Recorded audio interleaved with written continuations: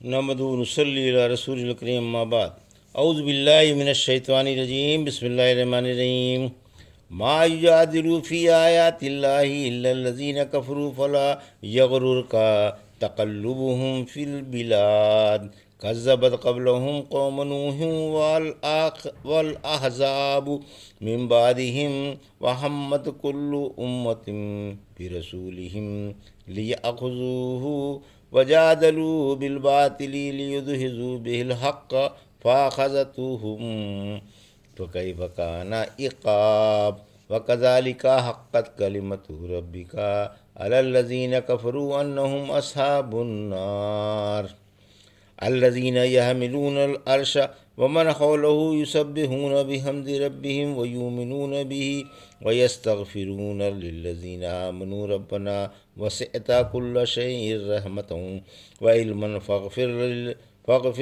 للذين تابوا واتبعوا سبيلك وقهم عذاب الجحيم ربنا وأدخلهم جنات عدن التي وعدتهم ومن صلح من آبائهم وأزواجهم وذرياتهم إنك أنت العزيز الحكيم وقهم السيئات ومن تق السيئات يومئذ فقد رحمته وذلك هو الفوز العظيم۔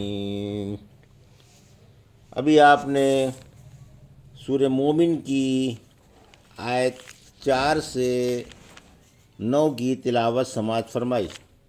ان آیتوں کا ترجمہ اور تفسیر اس طرح ہے: وما یجادل فی آیات اللہ الا الذین کفروا فلا یغررک تقلبهم فی البلاد۔ آیت 4: کذبت قبلہم قوم نوح والاحزاب من بعدہم وہمت کل امۃ برسولہم لیأخذوہ وجادلوا بالباطل لیدحضوا بہ الحق فأخذتہم فکیف کان عقاب۔ آیت 5: وکذالک حقت کلمۃ ربک علی الذین کفروا انہم اصحاب النار۔ آیت 6۔ ترجمہ: اللہ کی آیتوں میں کافر ہی جھگڑتے ہیں، ان کا شہروں میں آنا جانا آپ کو دھوکے میں نہ ڈالے۔ ان سے پہلے قوم نوح نے اور ان کے بعد والی جماعتوں نے بھی نبیوں کو جھٹلایا، اور ہر قوم نے اپنے رسول کو پکڑنا چاہا تھا اور ان سے باطل کے ساتھ جھگڑے تھے تاکہ اس سے حق کو مٹا دیں۔ آخر میں نے انہیں پکڑ لیا، پھر میرا عذاب کیسا رہا۔ اسی طرح کافروں پر آپ کے رب کی بات واجب ہو چکی کہ وہ جہنمی ہیں۔ یہ تھا ترجمہ سورہ مومن کی آیت 4 سے 6 کا۔ تفسیر: آیت 4: کافروں کی عادت یعنی حق ظاہر و غالب ہو جانے کے بعد اسے نہ ماننے والے اور اس کے خلاف جھگڑنے والے کافر ہی ہوتے ہیں، جو اللہ کی آیتوں کا انکار کرتے ہیں اور اس کی حجتیں نہیں مانتے۔ آپ ان کے بڑے بڑے کاروبار سے اور کثرت و دولت و عیش سے دھوکہ نہ کھائیں۔ سورہ آل عمران کی آیت 196-97 فرمایا: آپ دنیا میں ان کافروں کے عیش و آرام اور ساز و سامان کو دیکھ کر دھوکہ نہ کھا جائیں، یہ تھوڑا سا فائدہ ہے، پھر ان کا ٹھکانہ جہنم ہے جو بدترین فرش ہے۔ سورہ لقمان کی آیت 24 میں فرمایا: ہم انہیں تھوڑا سا فائدہ اٹھانے دیں گے، پھر سخت عذاب کی طرف مجبور کر دیں گے۔ آیت 5: رحمت عالم صلی اللہ علیہ وسلم کو تسلی۔ رحمت عالم صلی اللہ علیہ وسلم کی دلجوئی ہے کہ اگر آپ کو آپ کی قوم جھٹلاتی ہے تو آپ اپنے دل پر میل نہ لائیں، یہ دستور پہلے ہی سے قوموں کا چلا آتا ہے۔ ہر نبی کو اس کی قوم نے جھٹلایا اور ان کی مخالفت کی، اور ان پر چند قدسی صفات نفوذ کے سوا لوگ ایمان نہیں لائے۔ سب سے پہلے رسول نوح علیہ السلام ہیں۔ آپ کو اللہ نے بت پرستی سے لوگوں کو روکنے کے لیے مبعوث فرمایا۔ آپ کو بھی قوم نے خوب ہی جھٹلایا۔ پھر قوم نوح کے بعد ہر قوم نے اپنے اپنے زمانے میں اپنے اپنے نبی کو جھٹلایا اور ہر ممکن طریقے سے انہیں گرفتار کر کے قتل کرنا چاہا، بلکہ بعض بدبختوں نے تو ان کے بے گناہوں کو قتل بھی کر ڈالا اور اوہام و شکوک کی آڑ میں یقینی باتیں مٹانی چاہئیں۔ رحمت عالم صلی اللہ علیہ وسلم نے فرمایا: جو حق مٹانے کے لیے باطل کی مدد کرے اس سے اللہ کی اور اس کے رسول کی ذمہ داری ساقط ہے۔ پھر فرمایا پھر میں نے انہیں پکڑ لیا، یعنی گناہوں اور بڑی بڑی زیادتیوں کی وجہ سے میں نے انہیں غارت کر دیا اور میرے ہولناک تباہ کن عذاب سے ان کی جڑیں تک کھود پھینکی۔ آیت 6، یعنی جیسے گزشتہ قوموں پر عذاب واجب ہو چکا تھا، اسی طرح ان جھٹلانے والوں پر بھی بدرجہ اولا واجب ہو چکا ہے اور عنقریب تباہی آنے والی ہے۔ جب یہ آپ کو نہیں مانتے تو کسی نبی کو بھی نہیں مانتے، کیونکہ سب کی پکار ایک ہی ہے، اس لیے عذاب کے حقدار بن چکے اور تباہی ان کے سروں پر منڈلا رہی ہے۔ الذین یحملون العرش ومن حولہ یسبحون بحمد ربہم ویؤمنون بہ ویستغفرون للذین آمنوا ربنا وسعت کل شیء رحمۃ وعلما فاغفر للذین تابوا واتبعوا سبیلک وقہم عذاب الجحیم۔ آیت 7، ربنا وادخلہم جنات عدن التی وعدتہم ومن صلح من آبائہم وازواجہم وذریاتہم انک انت العزیز الحکیم۔ آیت 8، وقہم السیئات ومن تق السیئات یومئذ فقد رحمتہ وذالک هو الفوز العظیم۔ آیت 9، ترجمہ، جو فرشتے عرش اٹھائے ہوئے ہیں اور جو عرش کے آس پاس ہیں وہ اپنے رب کی تعریفوں کے ساتھ ساتھ اس کی پاکیاں بیان کر رہے ہیں اور اس کے آگے جھکے ہوئے ہیں اور مومنوں کے لیے دعائے مغفرت کر رہے ہیں کہ اے ہمارے رب، تیری رحمت اور تیرا علم ہر چیز سے زیادہ وسیع ہے۔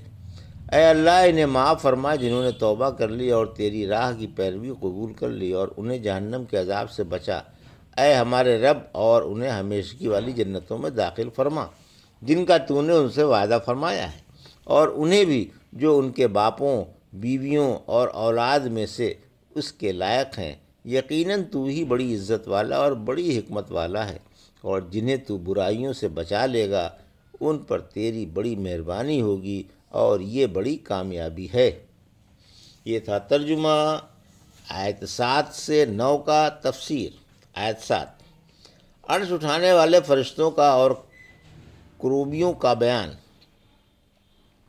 عرش اٹھانے والے مقرب فرشتوں کا اور عرش کے آس پاس والے مقرب کروبیوں کا بیان ہے کہ وہ اللہ کی حمد و تسبیح میں ہم وقت رطب اللسان رہتے ہیں، یعنی یہ اقرار کرتے رہتے ہیں کہ اللہ کی ذات اقدس تمام عیبوں، کمیوں اور برائیوں سے بری ہے اور تمام کمال والی خوبیوں سے متصف ہے، اور ہر طرح کی پاکی اور بڑائی اسی کو زیبا ہے۔ یہ مقرب فرشتے بھی اللہ کے آگے سرنگوں اور ذلیل ہیں اور اس کی عزت کے مقابلے میں کچھ بھی نہیں۔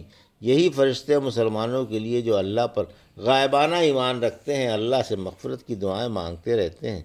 جب کوئی مسلمان دور سے اپنے بھائی کے لیے دعائے خیر مانگتا ہے تو یہ اس پر آمین کہتے ہیں۔ رحمت عالم صلی اللہ علیہ وسلم نے فرمایا جب کوئی مسلمان اپنے کسی بھائی کے لیے دور سے دعائے خیر مانگتا ہے تو فرشتہ آمین کہتا ہے اور کہتا ہے کہ یہی بھلائی تجھے بھی نصیب ہو۔ بعض روایتوں سے معلوم ہوتا ہے کہ اس وقت عرش اٹھانے والے فرشتے 4 ہیں، ہاں قیامت کے دن 8 ہوں گے۔ سورہ معارف کی آیت 17 میں فرمایا اس دن آپ کے رب کا عرش 8 فرشتے اٹھائیں گے۔ آیت 8، مسلمانوں کی اولاد بھی جنت میں انہی کے ساتھ ہوگی، یعنی اللہ انہیں ایک جگہ جنت میں جمع فرما دے گا تاکہ قریب قریب محلوں میں جمع ہو کر ان کی آنکھیں ٹھنڈی اور دل خوش ہوں۔ سورہ طور کی آیت 21 میں فرمایا جو مومن ہیں اور ان